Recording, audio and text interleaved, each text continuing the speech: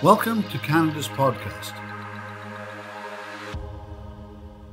Bonjour, ici Sylvie pour le Canada's podcast. Donc, toujours un plaisir de se retrouver. Bonne année à ceux qui nous écoutent. Donc, une nouvelle année, une nouvelle saison qui débute. Aujourd'hui, en plus, quoi de mieux que de parler, parce qu'aujourd'hui, on va parler un peu de la conscience en environnement, les valeurs. Donc, on le sait, dans le temps des fêtes, souvent, on prend des bonnes résolutions. On se questionne de savoir qu'est-ce qui est important pour nous. Et je trouve que l'entrevue d'aujourd'hui va être vraiment parfaite pour le moment de l'année dans lequel on se retrouve. Donc, aujourd'hui, j'ai la chance d'être avec Fanny Laroche et Grégory Hersan de Flora Cuir Végétal, en fait. Bonjour à vous deux, comment ça va? Allô, ça va bien, Allô? merci. Et bonne année.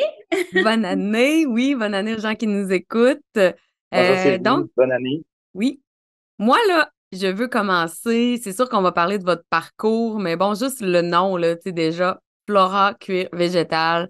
Je veux qu'on tombe vite dans le vif du sujet déjà en partant. C'est quoi ça, du cuir végétal, en fait?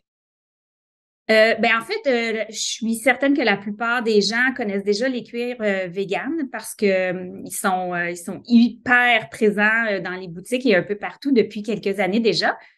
Qu'on pense à une pièce de vêtement ou un divan, un tabouret ou peu importe là où se trouve le cuir, s'il n'est pas animal, il est habituellement vegan.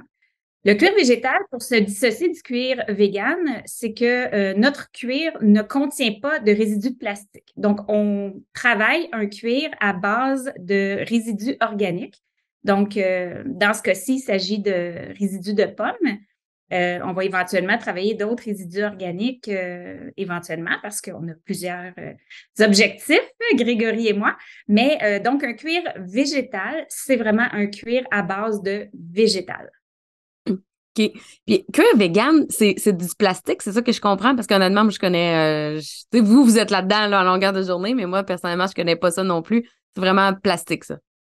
Oui, en fait, je vais te laisser parce que je sais que Grégory a plusieurs choses à dire sur ça. C'est que souvent, les gens, on a tous bonne confiance quand on achète un cuir qui n'est pas d'origine animale. Effectivement, là, on fait vraiment un bon choix à ce niveau-là. Par contre, ce qu'on ne sait pas, c'est que le cuir qu'on achète contient énormément de résidus de plastique à usage unique ou de produits issus du marché pétrochimique. Donc, c'est bon, c'est sans animal, mais côté environnemental, c'est vraiment, vraiment pas optimal, disons. Mais Grégory, je suis sûre que tu as des trucs à rajouter Oui, non, c'est sur tout à fait ce que cette tu disais, matière. Fanny. Donc, c'est vraiment des cuirs qui solutionnent une problématique, la cruauté animale. Donc, on n'a plus besoin d'utiliser un Mhm. cuir d'origine animale. On a un cuir qui n'est pas de la cuirette. On a connu par le passé les différentes cuirettes dans les années 80-90. Donc, on a une version un peu plus élaborée, mais il reste que c'est un produit, en fait, qui n'est ni recyclable, ni biodégradable. Donc, c'est vraiment un déchet ultime. Donc, une fois qu'on veut plus de notre sac, de notre vêtement, si on lui donne pas une seconde vie, ben, on le jette dans la poubelle, puis finalement, il va s'accumuler dans l'environnement, il va être enfoui. Donc, on peut pas le traiter, il rentre pas dans la chaîne de recyclage. Donc, l'idée, nous, justement, c'est d'arriver avec une version 2.0 puis de proposer une solution à notre clientèle. Donc, qu'est-ce qu'on fait une fois que je veux plus mon produit? Est-ce que j'ai moyen de lui donner une seconde vie ou du moins de lui donner une fin de vie qui soit, je dirais, environnementalement acceptable?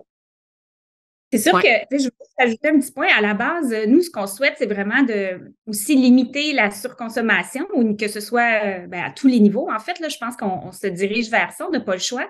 Mm. Fait que c'est sûr qu'à la base, ce qu'on souhaite, c'est que les gens qui vont acheter le cuir Flora, qui est hyper durable, vont garder leur cuir Flora pendant de nombreuses années. Donc, contrairement à la cuirette aussi, où c'est un peu plus cheap, où ce genre de Mhm. matériel-là, là, ça dure un peu moins dans le temps. Donc, c'est sûr que ça aussi, ça contribue au fast fashion c'est un débat qu'on essaie d'avoir ou Ben oui, c'est ça. d'engager dans ce débat-là pour essayer de contrer ça, là. J'ai commencé en parlant justement des valeurs. Ça, on va pouvoir y revenir. Mais bon, comme je disais, je voulais aller dans le vif du sujet, mais revenons maintenant un peu en arrière sur votre parcours. Fanny, c'est toi qui as eu l'idée de l'entreprise, dans le fond, à la base. Comment ça t'est venu? As-tu toujours su que tu voulais être entrepreneur, en fait? Oh, bonne question. Je suis pas mal sûre que la réponse est non, mais je sais pas depuis quand c'est arrivé à moi l'entrepreneuriat. En fait, je pensais pas que j'avais ça en moi. Je OK. pense que non, c'est comme arrivé un peu par hasard. Je suis une fille de communication. Moi, j'ai étudié en communication. J'ai travaillé en agence pendant quand même de nombreuses années après.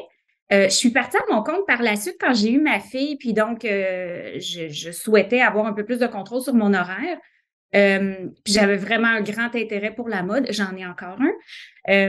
Et donc, je me suis tournée vers le stylisme personnel et je fais ça depuis 10 ans déjà. J'ai une super belle clientèle, ça va vraiment bien. Donc, je suis devenue entrepreneur, mais quand c'était ton propre patron puis que c'est un service de toi-même, c'est un peu plus, tu peux-tu te considérer vraiment entrepreneur? Je ne sais pas, mais en tout cas, j'ai fait mes premières armes à ce niveau-là en tant que styliste personnel. Mais la phase 2 de ça, quand Flora est arrivée à moi, parce que c'est vraiment comme ça que c'est arrivé, en fait, début de pandémie, c'est sûr qu'une styliste sans boutique, Ouais, c'est un peu plus dur. c'est ça. Et puis, ça faisait longtemps quand même que je mijotais un projet, j'avais envie de faire ma part. Je sais que c'est un milieu qui est hyper polluant. J'avais un peu honte de ce volet-là de la mode. Je sais qu'il y a de plus en plus de gens qui ont envie de contribuer à faire en sorte que le marché de la mode, que le milieu de la mode devienne plus éco-responsable, que ce soit par des choix de conception, des choix de consommation qu'on fait. Mais j'avais envie d'aller un peu plus loin que ça.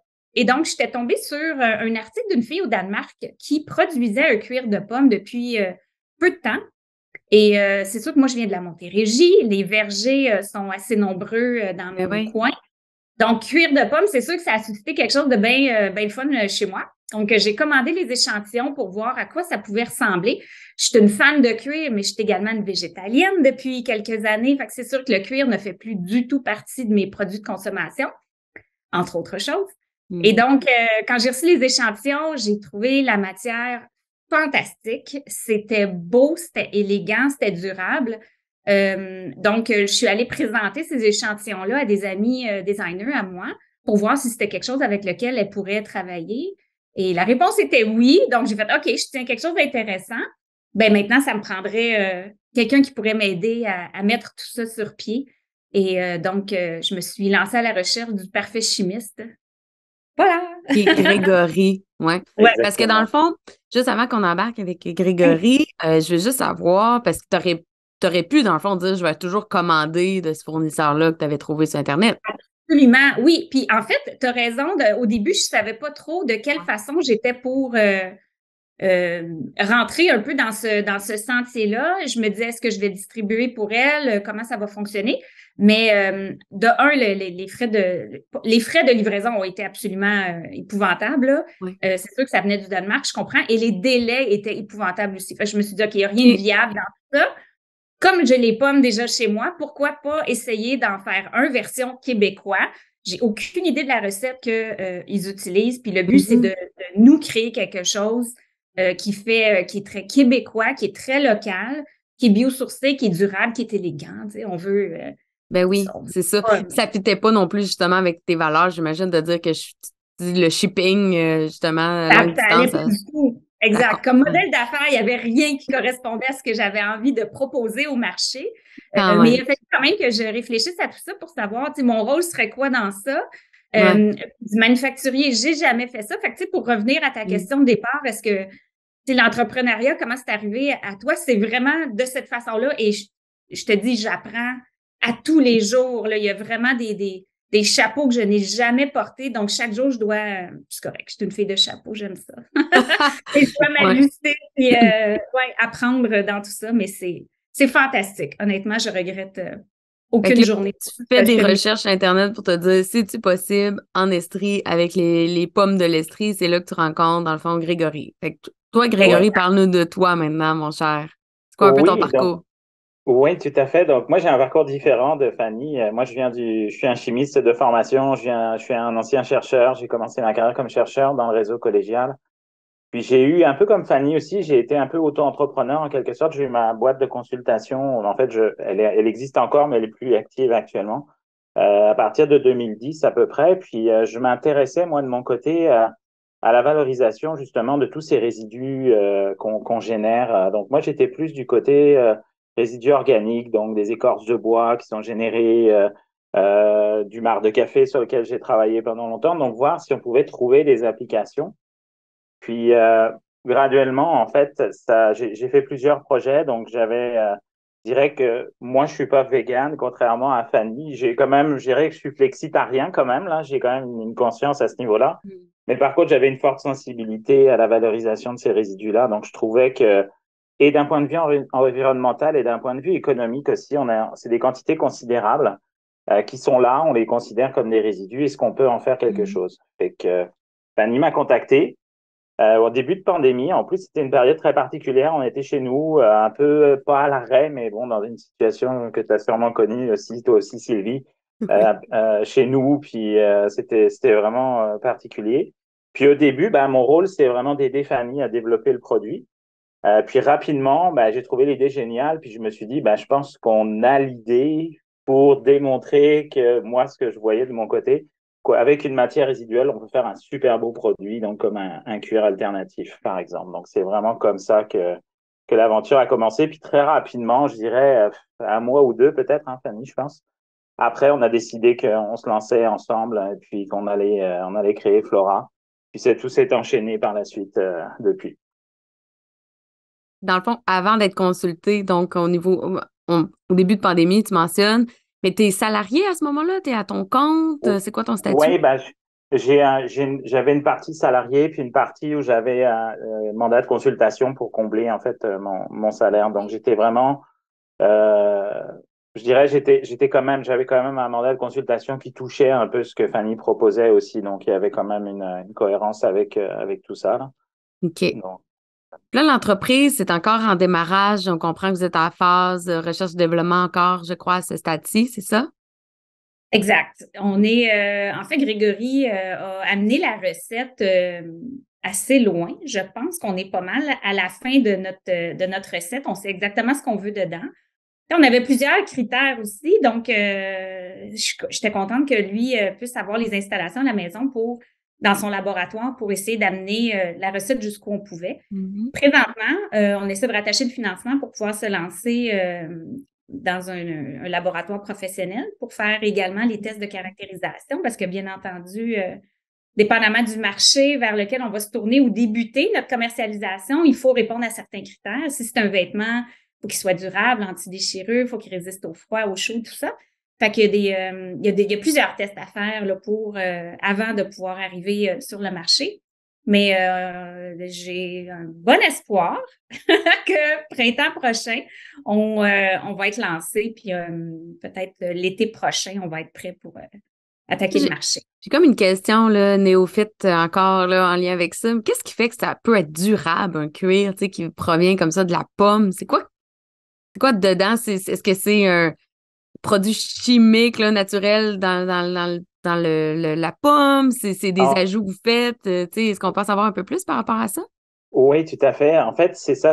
En gros, c'est une formulation, le cuir qui va être mis en forme. Donc, ce qu'on va faire, c'est que je vais te simplifier ça. Oui. Tu as un mélangeur, tu vas ajouter ta poudre de pomme, tu vas ajouter différents ingrédients, colorants, des éléments qui vont structurer, qui vont améliorer les propriétés parce que la poudre en tant que telle, ça se tient pas. Donc, faut construire Mhm. quelque chose qui va le tenir. Puis ensuite, en fait, ce qu'on fait, c'est qu'on fait des couches minces de ce mélange-là, qui est ensuite subi un traitement thermique. Donc là, il y a une réaction chimique qui se fait à l'intérieur qui va venir le structurer. Puis, je sais pas, bah, tu as peut-être déjà remarqué, mais quand tu achètes du cuir, souvent, il y a un tissé en dessous qui est collé. En Mm. fait, donc c'est souvent un polyester. Fanny, tu me Oui. corrigeras si je me trompe. Donc, c'est vraiment ça le procédé. Donc, l'ensemble, je dirais, ce qu'on ajoute comme ingrédient va venir améliorer les propriétés, lui donner de la résistance au déchirement, résistance de surface, à la déchirure. Puis le tissé aussi va amener aussi des propriétés mécaniques améliorées aussi à l'ensemble. Puis là, ben, on peut jouer sur les couleurs. On utilise des colorants naturels, donc on a dit on peut décliner en différentes couleurs ensuite. Et puis, on fait des rouleaux. Donc, nous, on est vraiment des producteurs de rouleaux de cuir. C'est vraiment notre positionnement. On est vraiment en B2B dans notre modèle d'affaires. OK. Fait que c'est ça l'objectif. Parce que c'était ma Oui, prochaine question. OK. Fait que vous allez Oui, devenir des fournisseurs, dans le fond. exactement. On va produire et Hmm. distribuer le cuir, mais on s'est posé la question longtemps Ouais. parce que c'est sûr qu'on a 10 000 idées, là. je sais où je veux voir mon cuir éventuellement. Fait que là, on se disait, bon, est-ce qu'on se part une collection? Est-ce qu'on part une gamme de produits? Je pense que présentement, la seule ouverture qu'on aurait à faire des produits finis, ce serait probablement qu'on va le faire, une campagne de sociofinancement éventuellement, pour pouvoir présenter justement à quoi va ressembler notre cuir une fois transformé, une fois fini. Pour montrer créativement aussi l'ampleur de ce qu'on pourra en faire. Donc, à ce niveau-là, je pense qu'on va pouvoir faire quelques produits finis là, qui vont pouvoir être vendus aux gens qui le veulent bien. Puis, mais sinon, on va vraiment distribuer. Ouais, B2B. Une alternative, ben oui, ben c'est super intéressant. En fait, moi, j'avais pensé ça vu que t'es styliste en plus, fait que je pensais vraiment tout de suite à créer vos propres morceaux et tout, mais j'avoue que c'est clair que c'est c'est quand même un autre style, un autre modèle d'affaires complètement aussi quand même. Complètement un autre modèle d'affaires. Puis justement, la décision était importante parce que ça impliquait beaucoup d'autres enjeux. Puis je pense que présentement, ça va être plus simple de cette façon-là, mais on ne ferme pas la porte à éventuellement faire quelque chose parce qu'effectivement, j'ai plusieurs idées. Fait qu'on verra.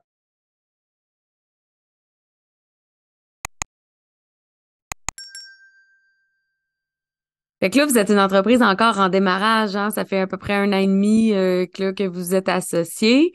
Fanny, c'est une affaire super intéressante qu'on parlait en pré-entrevue, mais vous êtes quasiment jamais vus les deux ensemble en personne. Voulez-vous me parler un peu, parce qu'il y a sûrement beaucoup de gens qui nous écoutent aussi, qui sont en processus de vouloir s'associer avec des gens. Moi, j'aimerais vous entendre un peu par rapport à ça, le processus d'association, comment ça fonctionne. En plus, vous êtes à distance.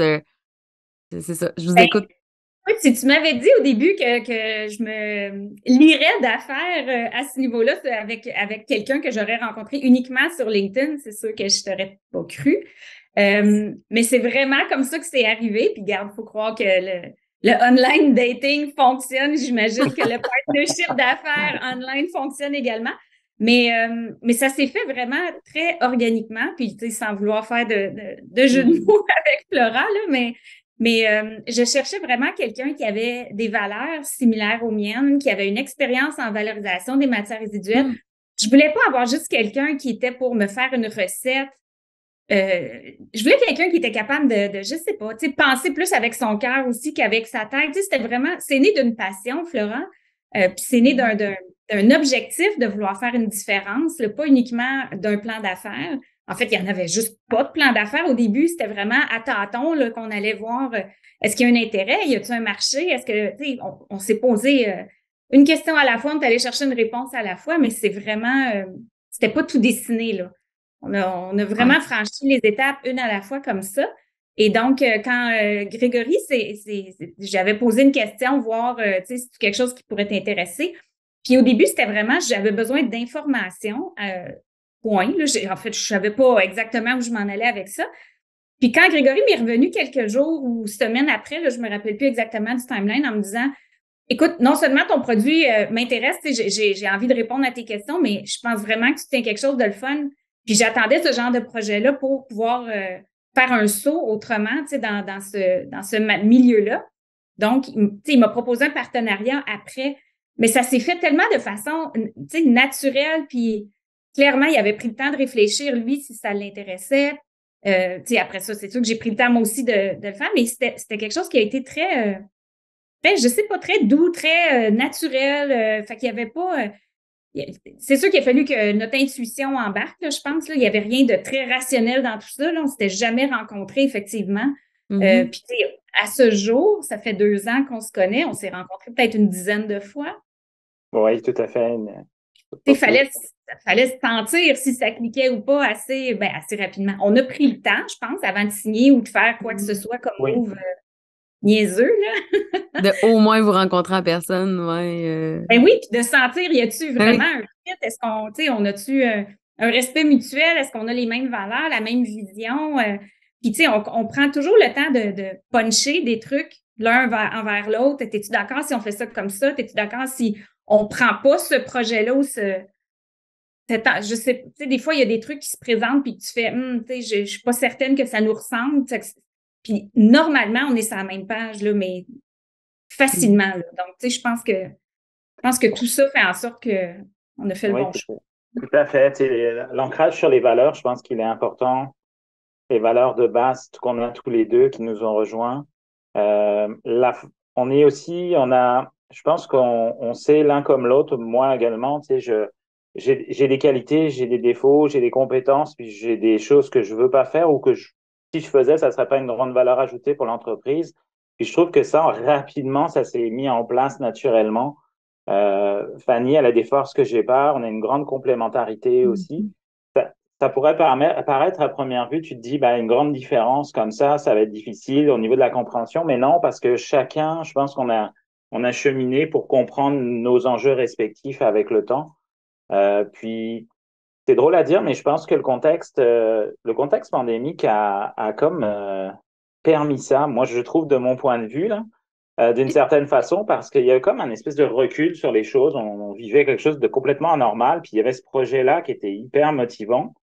Fait que je pense que ça a aussi contribué à faire en sorte que, puis comme disait Fanny, on s'est peut-être vu 15 fois peut-être depuis 2 ans à peu près, mais c'est sûr qu'on est tout le temps, on se parle régulièrement, Mhm. on communique beaucoup, on travaille les dossiers ensemble, donc il y a une grande complicité puis une collaboration entre nous, là. Puis je pense qu'on a le même objectif. Puis peut-être quelque chose que je rajouterais, puis Fanny, je te laisserai en discuter. C'est sûr moi, je suis pas un jeune entrepreneur non plus, je suis rentré tard dans l'entrepreneuriat, j'ai un espèce de recul, je pense, puis l'expérience faisant qui fait que peut-être il y a des choses que je fais que j'aurais pas fait étant plus jeune. Mhm. Et je pense que dans quelque chose d'atypique comme ça, je pense que ça aide justement, à mon avis, là. Ben moi, contrairement à Grégory, je suis très jeune. On a quelques petites années de différence, mais en effet, on n'est pas des étudiants qui sortent de l'école, puis tu sais, Ben on non. travaille beaucoup avec ce genre de communauté-là, puis écoute, ils sont tellement stimulants, puis créatifs, puis Ben pleins oui, d'idées. Effectivement, vraiment. c'est le fun que nous, on arrive avec un bagage qu'eux n'ont pas.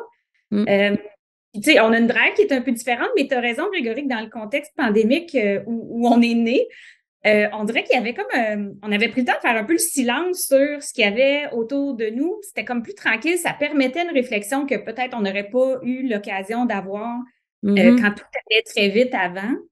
Puis effectivement, peut-être qu'on a juste mieux écouté ou entendu. Oui, Mais il n'y a rien qui arrive pour rien, hein. Puis on le dit, le timing, c'est tellement tout. Puis pour faire du pouce sur ce que tu viens de dire, Grégory, en fait, les meilleures associations, souvent, veut pas, c'est des personnalités complémentaires, des forces complémentaires. L'humain a tendance à souvent s'associer naturellement avec des gens très semblables. Mais justement, au contraire, je pense que les meilleures associations, c'est entoure-toi des gens qui ont des forces différentes. Puis c'est tellement plus facile de définir vos rôles, responsabilités quand vos rôles, responsabilités viennent naturellement avec vos forces. Tu sais, si les deux, vous étiez des créatifs justement plus artistiques, plus designers les deux, ben là, vous devriez peut-être toutes les deux vous garrocher dans le plan de commercialisation. Mais tu sais, à un moment donné, c'est ça, il y a le technique qui est super important dans votre entreprise. Fait que je pense que c'est effectivement vraiment un bon fit. Puis vous avez parlé plusieurs fois, les valeurs, justement, c'est quoi vos valeurs communes que vous avez ou les valeurs de l'entreprise? Outre, ben, tu sais, je sais l'aspect environnemental, là, mais j'aimerais ça vous entendre là-dessus quand même. Ben, une des valeurs qu'on essaie de prôner de plus en plus, c'est le fameux less is more. Puis ça Mhm. s'applique autant dans notre vie de tous les jours que dans la recette qu'on est en train de créer, justement. Tu sais, on veut avoir une transparence, on a un souci de la provenance. L'aspect local est super important, l'aspect naturel, la simplicité. Puis, je vais dire la luxure, mais tu sais, sans le côté snob, là, mais quand je parle de luxure, en fait, pour nous, le luxe, c'est d'avoir le choix. Est-ce que, tu Mhm. sais, d'avoir le choix de consommer un cuir floral qui est peut-être un peu plus dispendieux, mais qui va durer longtemps dans le temps, versus d'en consommer plusieurs petits plus cheap. Mais tu sais, ça, c'est un exemple là, vraiment Ouais. tu sais, de consommation courante, là, mais ouais, ça fait J'en oublie-tu des valeurs? Attends, j'essaie de. Non, je pense que tu les as pas mal résumés. Moi, j'ajouterais peut-être aussi le fait que on attache quand même une importance beaucoup à l'histoire qu'on dit, puis aux choses qu'on affirme. Donc, il y a beaucoup de greenwashing en ce moment d'entreprises qui disent, ah, nous, on est vert. Quand tu grattes un Mhm. petit peu la surface, tu vois très bien que c'est pas le cas. Nous, on est vraiment dans cette démarche-là. On est en fait de cohérence qui Différence donne et le de plus. transparence. Oui, Exactement. oui. Tout à fait. Je comprends. avec notre clientèle. Puis ça, Ouais. c'est vraiment quelque chose d'important pour nous. Là, on dira pas des choses qui sont pas vraies, puis on va être transparent. Puis de toute façon, on a tout à gagner à l'être. On va établir un lien de confiance avec notre communauté parce qu'on veut bâtir une communauté autour de nous. Donc, Mhm. ça, c'est bien important comme valeur, je pense.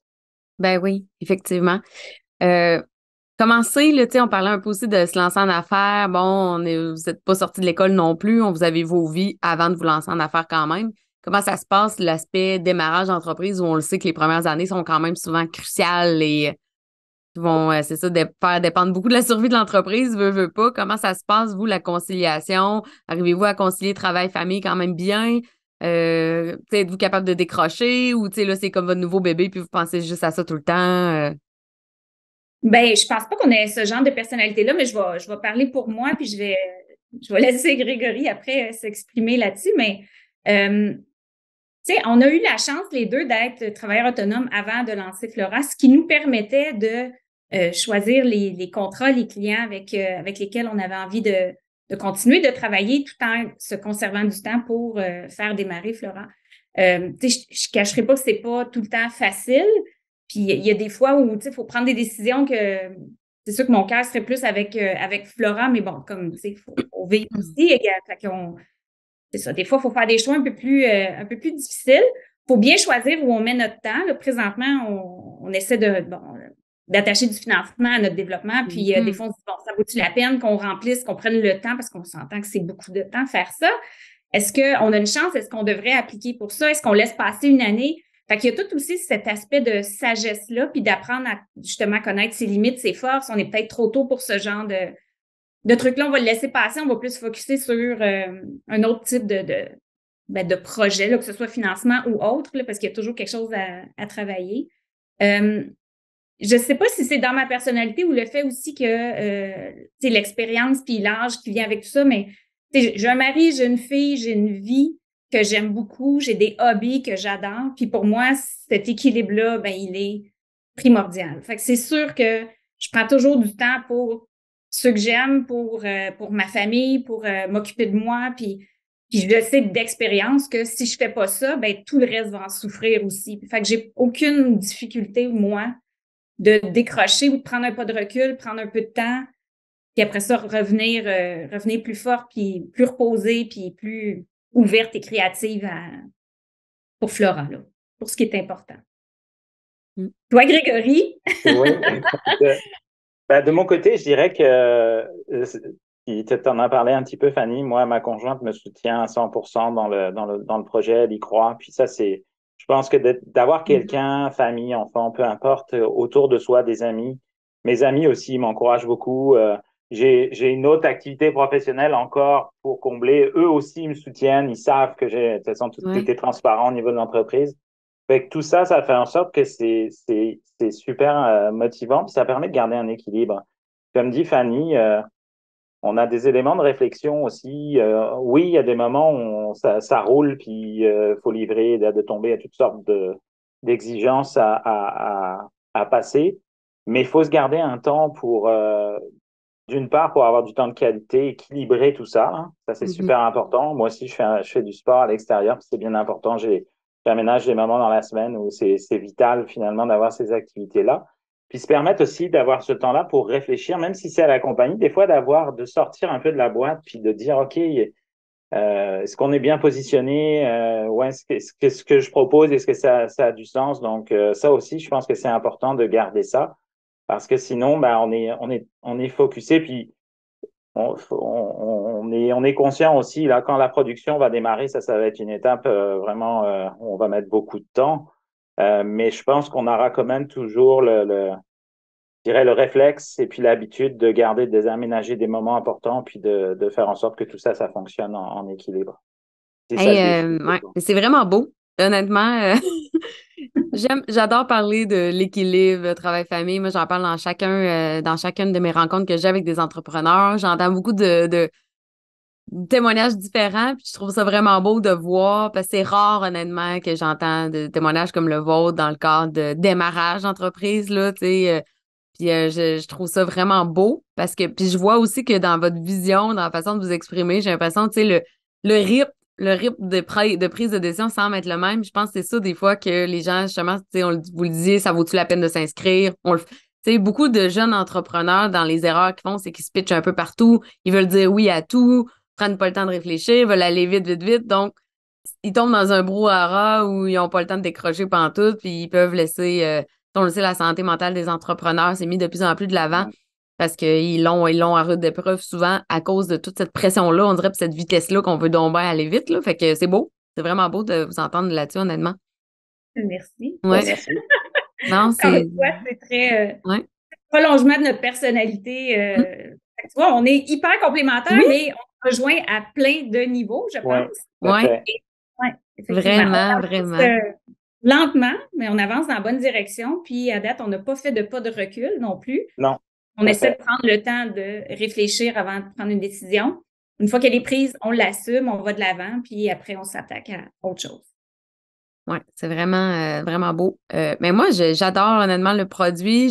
Je souhaite, je lance dans l'univers que vous, au moins, vous lancez une collection, vous associez avec un autre designer, je sais pas trop, en tout cas, qui va faire une collection parce que vous avez tellement des belles valeurs, une entreprise québécoise, des produits québécois. Tu sais, j'ai l'impression que les valeurs vont parler beaucoup au public. Tu sais, quand on est en B2B, tu sais, ce qu'on dit en fait avec les commerçants, tu sais, personne qui achète votre rouleau, oui, c'est cool, mais je trouve que vos valeurs Ouais. doivent être communiquées au public, aux consommateurs ultimes. Donc, moi, je le souhaite, en tout cas. C'est mon souhait. C'est mon souhait à moi. C'est dans nos Mais, stratégies, justement, aussi d'aller ouais, ben parler oui. aux consommateurs, là, Ben oui. puis s'assurer qu'on répond à leurs besoins puis à leurs exigences, en effet. Oui, c'est de- important. D'expliquer ce que je trouve intéressant aussi, puis on le fait un peu depuis le début, c'est une partie de notre stratégie, mais le storytelling aussi, c'est important. Mhm. De partager ça, de partager les étapes.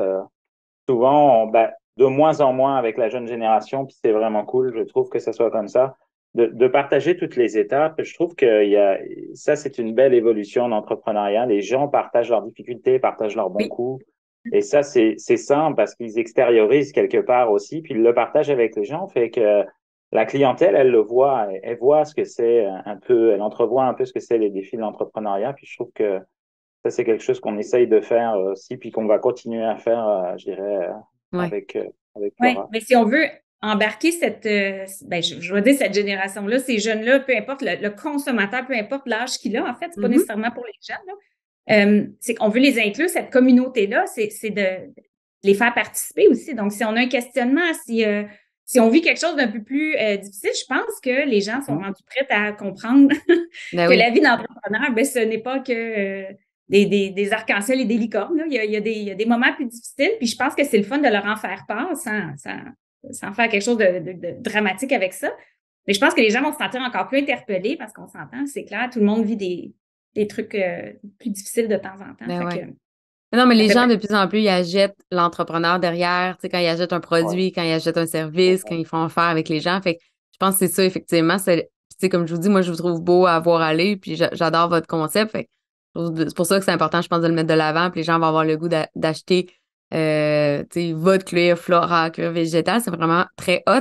Meilleure façon de vous suivre, là, justement, pour les lancements officiels, vous suivre dans votre démarche. Est-ce que c'est Facebook? Est-ce que c'est quoi la meilleure façon?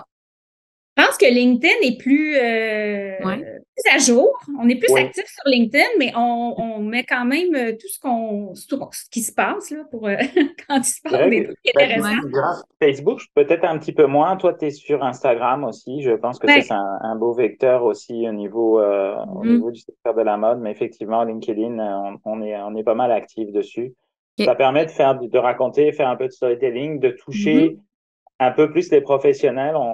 Ça, c'est bien aussi pour nous, là. On a chacun un réseau différent en plus, donc c'est intéressant, mais Mais c'est LinkedIn pas. nous permet, étant donné qu'on B2B, là, on Ouais, rejoint Mhm. plus d'entreprises. Donc, le vecteur LinkedIn exact. est peut-être plus approprié. Par contre, quand on a des petites capsules ou des choses le fun à raconter, donc on va miser un peu plus sur Instagram et Facebook. Mais on est un peu partout, puis OK, on est facile parfait. à rejoindre. Puis s'il y a des gens qui ont envie de partager quelque chose ou de poser des questions, ou si on n'a pas été assez clair, je sais pas, mais Mhm. qu'ils n'hésitent pas, ça va nous faire plus que plaisir. Nos coordonnées sont un peu partout. Super. Je vous souhaite vraiment un énorme succès. J'espère vraiment continuer à entendre parler de vous donc dans la prochaine année, donc dans cette année-ci. Merci donc à ceux qui nous écoutent.